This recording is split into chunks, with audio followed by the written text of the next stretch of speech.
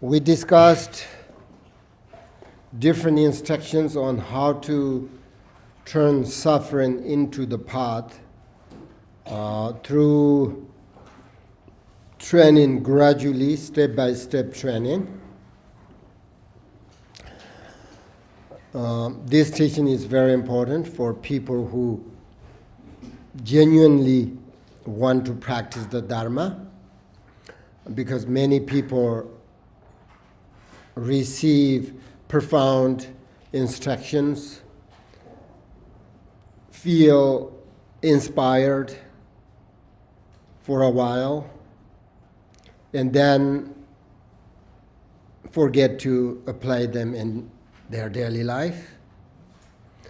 When difficulties arise, they do not remember the instructions at the moment they are needed.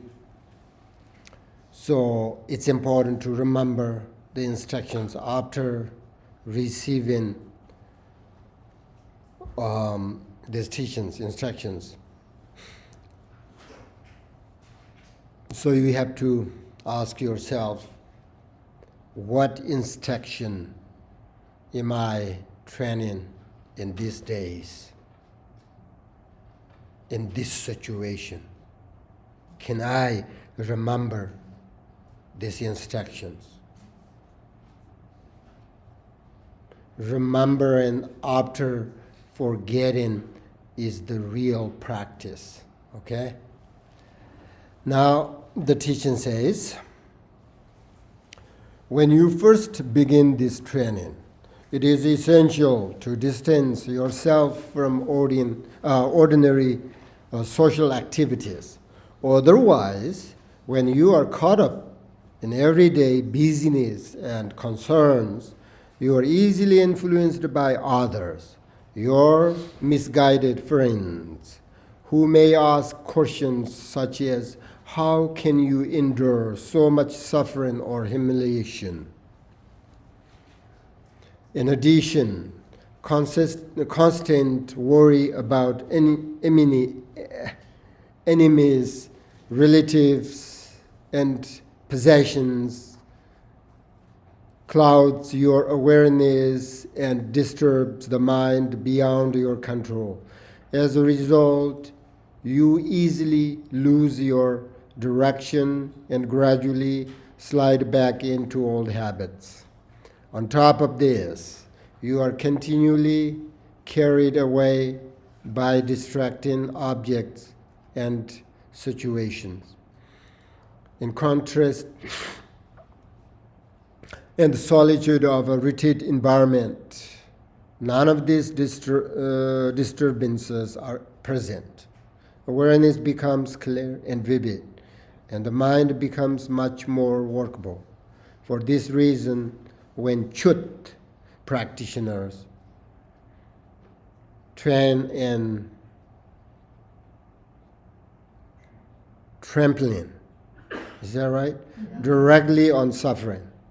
They do not begin by working with suffering caused by human relationship amid constant distraction. Instead, they intentionally train in remote and powerful places, such as cemeteries, engaging with the manifestation of gods and demons. In this way, they confront fear directly, free from the entanglement of ordinary social life. Now, this teaching is saying that where and how we train the mind matters, especially in the beginning.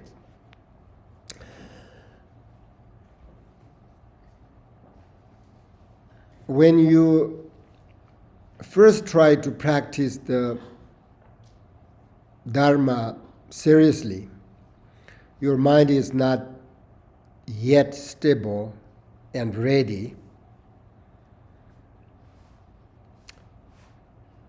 Good intentions are there, but habits are still strong, right? So at this stage, environment and where you stay is really matters. If you stay in normal social life, constant, conversations, opinions, all these, social media, expectations, and emotional entanglements, your practice is easily undermined.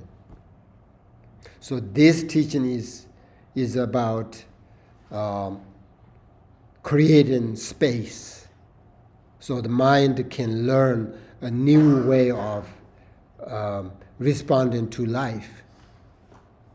So it says, distance yourself from ordinary social activities. This doesn't really mean rejecting your for example, your family, your friends, etc. What it really means is that reducing unnecessary distractions. Okay? Otherwise, it says, you are influenced by others, your misguided friends.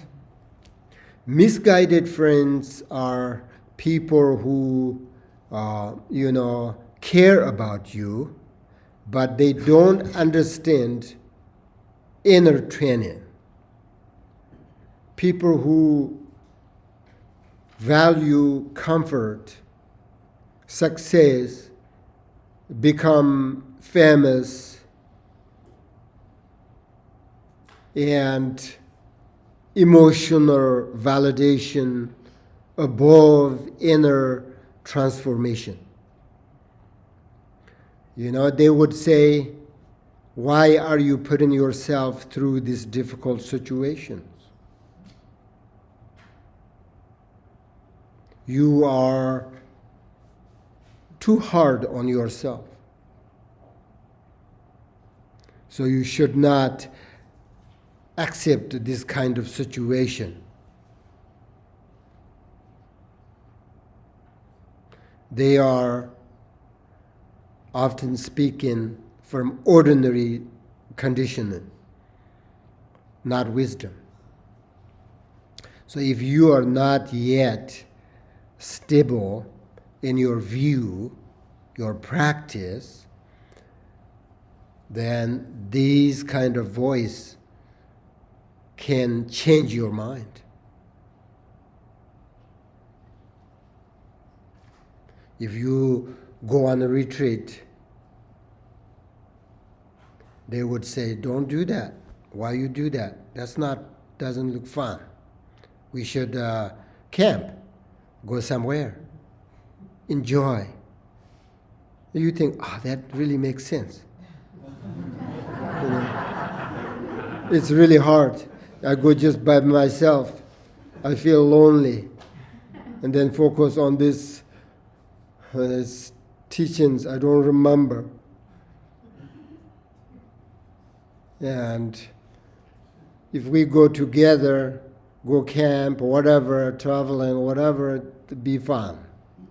Right? That kind of, It's true, it's sometimes fun. Always good. But if you really want to genuinely practice the Dharma, then go on a retreat is more important than that. Your long-term goal, so that if you listen this kind of voices, they can change your mind, they can change your confidence. They could say hey, you should not go by yourself, middle of nowhere. You never know what will happen. And first you think, I can do this. You have a confidence, but then they say that, then you lose your confidence, pull you back into ordinary life. You're right. I don't know. Maybe somebody will kill me there. Nowhere, I'm going middle of nowhere. Maybe beer or whatever, fox or Somebody. You're right, I should not do that. That means your old habits come back because you would believe these people. You think they are your best friend. So you have to keep distance from them in order to develop your spiritual practice. And never debate your practice with people who don't understand. Never. And when your inner training is new and fragile, it is important to keep your practice very simple and consistent and protect your mind. So old habits and social pressure do not pull you off the path.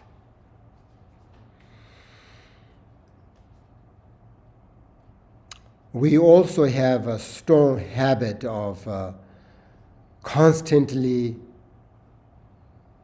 checking messages or news that distract in our practice. Because of this, the mind is usually reactive rather than stable. So when the mind is scattered, it's very hard to work directly with deep fear or suffering in a conscious way. So a retreat environment removes all of this noise, So the mind becomes much more workable. Emotions don't overwhelm as quickly, especially if you are with good Sangha members and Dharma practitioners and friends. So this is why, retreat is traditionally in Tibet used at the beginning of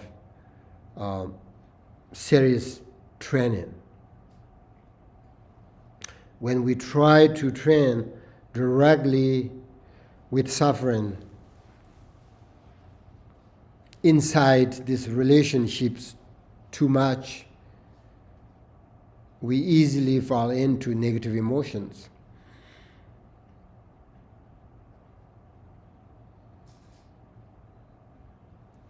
Just let me be clear. This is not because relationships are bad, but because they are too entangled at first. So for this reason, when Jut practitioners, they intentionally train in remote and powerful places, such as it mentions here, cemeteries,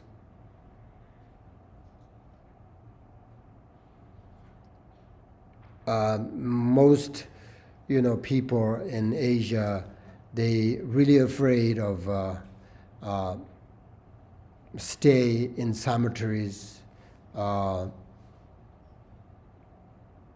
nighttime. I don't know, in the West, probably you guys not afraid of.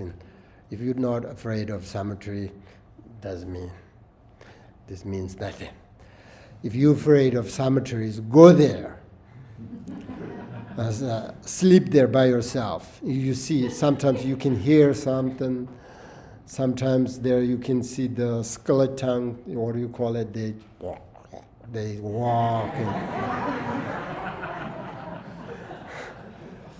At that moment, your mind is stable, calm. That shows you are a really good practitioner.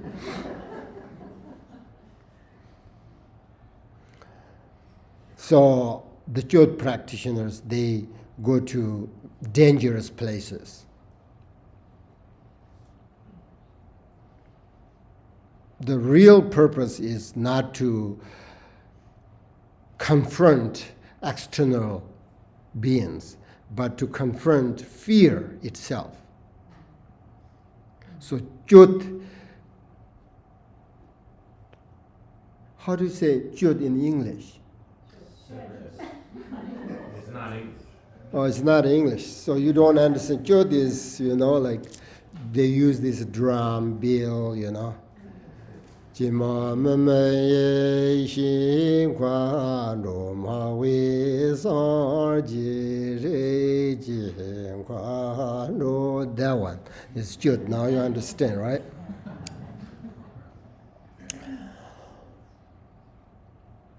So, Chod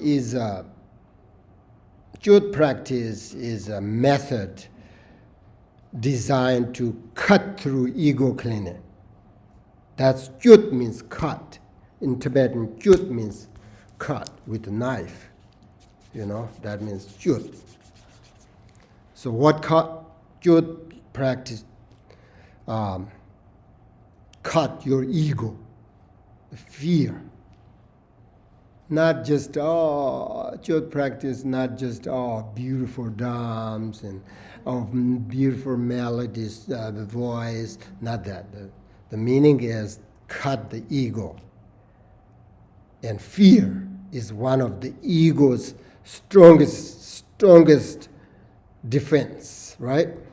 So normally when fear arises, we escape and distract. So Chod reverse this habit completely. Instead of running away from fear. If you go on a cemetery, sometimes people see something. I don't know. I slept cemeteries. I didn't see anything. But some people say, "Oh, I saw something."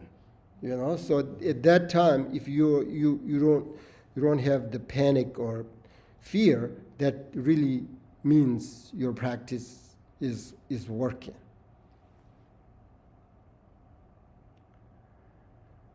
So Chod practitioner stays present and opens to it, not avoiding discomfort. I remember there was a Chod practitioner, very beginner Chod practitioner, went to cemetery, then middle of night, stand up, Chod practice, and somebody knows that, one of his friends, and then he slowly went there behind of him and then he just, "Oh, please don't do that. I can give you my drum, my bill." And then he runs away. He thought there was a negative forces, caught him. So, good Chod practitioners staying present with difficult emotions, sensations, and letting fear arise without feeding it. Recognize its nature.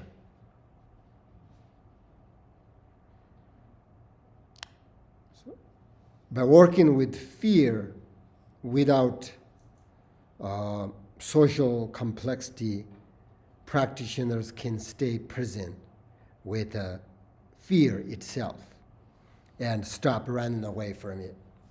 So this builds inner courage and stability. So in short, the meaning of this teaching, before working with complex human suffering, train the mind in simple way, step by step, right?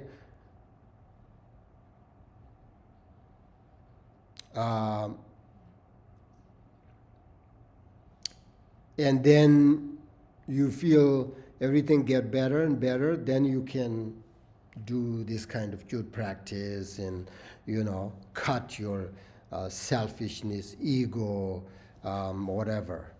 That's all. The next teaching says, in short, the aim is not only for the mind to remain unaffected by misfortune and suffering, but also to be able to draw happiness, peace of mind from them. This requires a change in attitude. Do not regard inner problems such as illness or outer difficulties such as enemies, harmful forces, or slander as something unwanted or unpleasant. Instead, train yourself to see them as meaningful and workable. To accomplish this, we need to stop looking at harmful circumstances as a problem and instead train ourselves to see them as beneficial. After all, whether something is pleasant or unpleasant depends entirely on how it is perceived by the mind. For example, someone who continually reflects on pointlessness of worldly concerns will grow increasingly disenchanted as wealth or social connection increase. On the other hand, someone who regards worldly activity as meaningful and beneficial will actively seek and wish to increase their resource, power, and influence.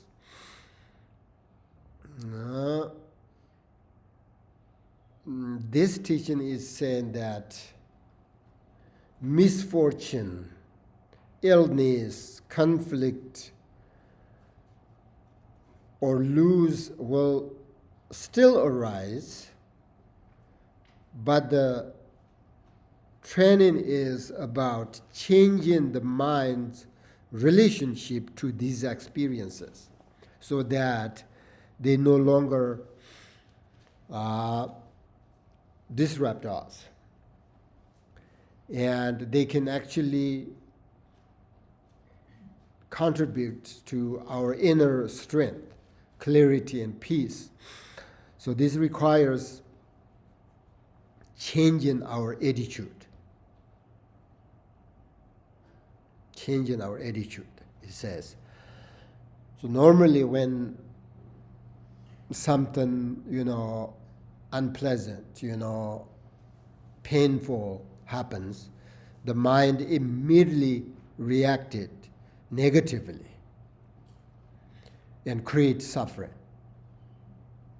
like anxiety, self-blame, on top of the original suffering, the difficulty. So this teaching asks us to change that attitude. Instead of immediately rejecting the experience, we learn to ask, how can this be worked with? What capacity is being trained here? Patience, compassion, courage. That is what meaningful and workable means in this practice. The teaching points out something we can all observe. For example, two people can have the same external situation, exactly same situation, but experience it completely differently. One person, for example, sees difficulty as a proof that life is difficult and meaningless. They grow hopeless and discouraged. The other person could see difficulty is something that deepens character. They grow more alive and optimistic.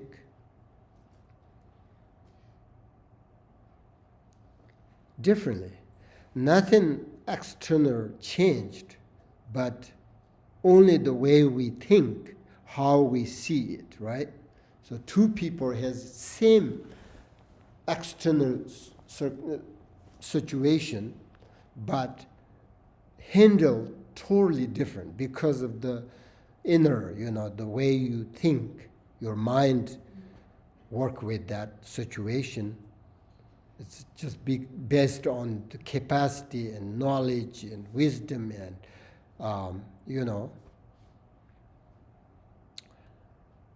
still same. The external situation is same, but handles can different. So this kind of ideas often confuses Westerners. So here is the key point. The teaching is not saying that worldly success is bad, or everyone should not seek power or influence. It is showing how attitude determines experience. Okay? Someone who views worldly life as empty or pointless will feel increasingly dissatisfied as they gain more possessions, power, or social connections. But someone who sees worldly activities as meaningful, as a way to help others or create capacity, stability, will naturally want more resources and influences, right? The same wealth, connection, or influence can feel like a trap, or can feel like an opportunity to do good things. It's just, the way we think based on our capacity. So in everyday life, this teaching asks us to practice three things. Number one, stop treating difficulty as a personal failure, like illness, conflict, criticism are not signs that something is wrong with you or with your life. They are part of being human.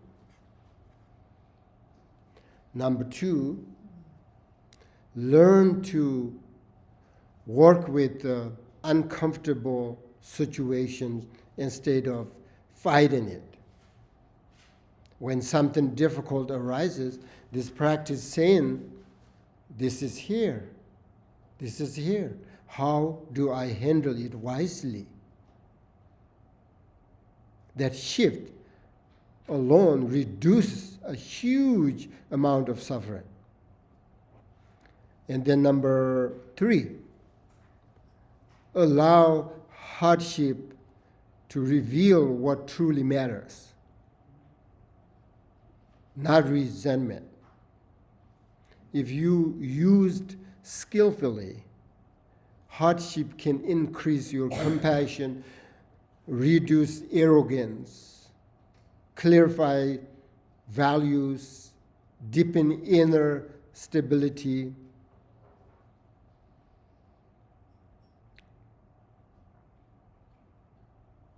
But this is not automatic.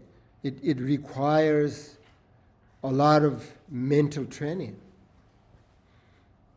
But it is absolutely possible and workable.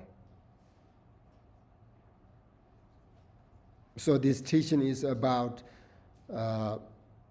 transforming life's inevitable difficulties from challenges into teachers, so that instead of breaking us, they deepen our capacity, our peace, clarity to live meaningfully in this world. Okay?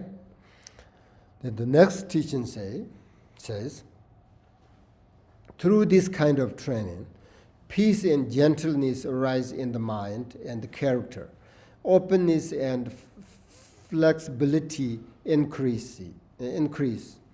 Relationships become easier. Courage and confidence grow. Obstacles to Dharma practice are eliminated. Negative circumstances are turned into advantages. Success is achieved. Auspicious conditions manifest, and the mind remains constantly content in the happiness of inner peace. To follow a spiritual path in this degenerate age, we cannot do without armor of this kind. Once we are no longer tormented by the suffering of anxiety and irritation, other kinds of suffering will disappear, like soldiers. Is that soldiers? Yeah, soldiers who have lost their weapons. All right, right. Even misfortunes such as illness will, in most cases, naturally subside. Ziri dungar may be one. Okay. Now here this teaching explains what changes on the inside when our practice really starts working. Not in a magical way, but in ordinary human sort of experience. So it says, peace and gentleness arise in the mind and character. It means the practice reduces the inner aggression. We struggle less with ourselves and, of course, the world. We recover more quickly when we are upset, when your practice are working. We are less harsh in self-talk and less reactive with others. If you really practice taking happiness and suffering into practice. Then it says, openness and flexibility increase, relationship become easier. This means we listen more before reacting. We don't need to be perfect all the time. Relationships take less energy when we are not constantly defending who we are and what we believe.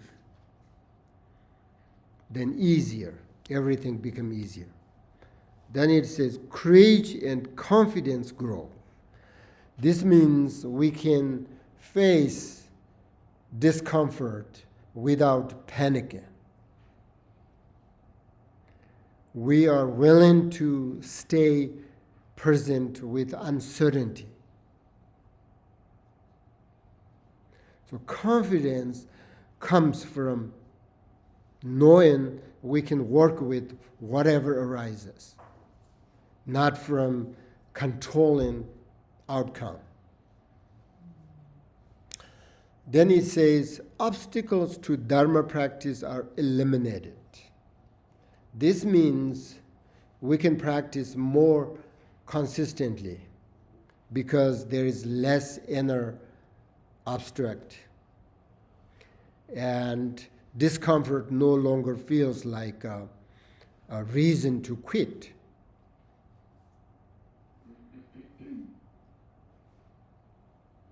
Or practice becomes part of life, not something we need to perfect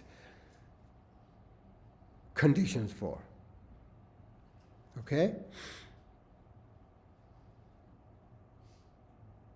Then it says, negative circumstances are turned into advantages. This means that all the difficulties themselves don't disappear, but your way of relating to them changes through your practice. So they become very useful rather than harmful. For example, if someone criticizes us, the usual reaction might be defensiveness or hurt, right? But if we use that moment to observe our reaction and reflect, then same situation becomes a chance to grow in patience and self-understanding. So the advantage is not that the situation becomes pleasant, it is that it becomes meaningful and beneficial for our development.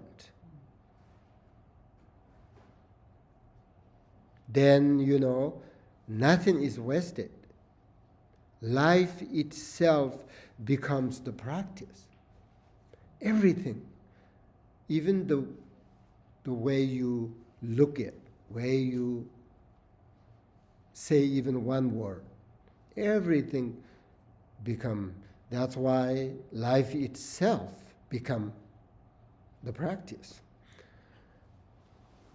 Then it says, success is achieved as spacious conditions manifest. It doesn't mean external success. It mainly refers to inner success here, because we're talking about the practice, right? The quality. So your practice begins to work. Your mind becomes more stable. You are able to respond to situation with awareness instead of habit. So at this point, you make clear decisions. Then others trust, then communicate with you more easily. When your mind becomes more balanced, your actions naturally become more skillful. Because of that, the conditions around you also begin to shift in a very positive way. That's why conditions manifest, auspicious conditions manifest. Then it says the mind remains constantly content and the happiness of inner peace. It means your happiness is no longer depend on circumstances. You still feel, of course, unhappiness, but less worry, more confidence. Contentment comes from inner development, not external circumstance. This really is. Then you feel life, feels workable, even when it's hard. So when we stop fighting suffering and learn to work with it, we become really kinder and easier to live with. Life doesn't stop being difficult, but it stops being overwhelming. So this teaching really comes alive when we see it in ordinary situations, not just only on the cushion. So with this kind of training, even a hard day, there is a quite sense of inner peace and contentment. So in short, this training doesn't make life perfect, but it makes life strong, kind, flexible enough to live life fully without being crushed by it. That's the main point.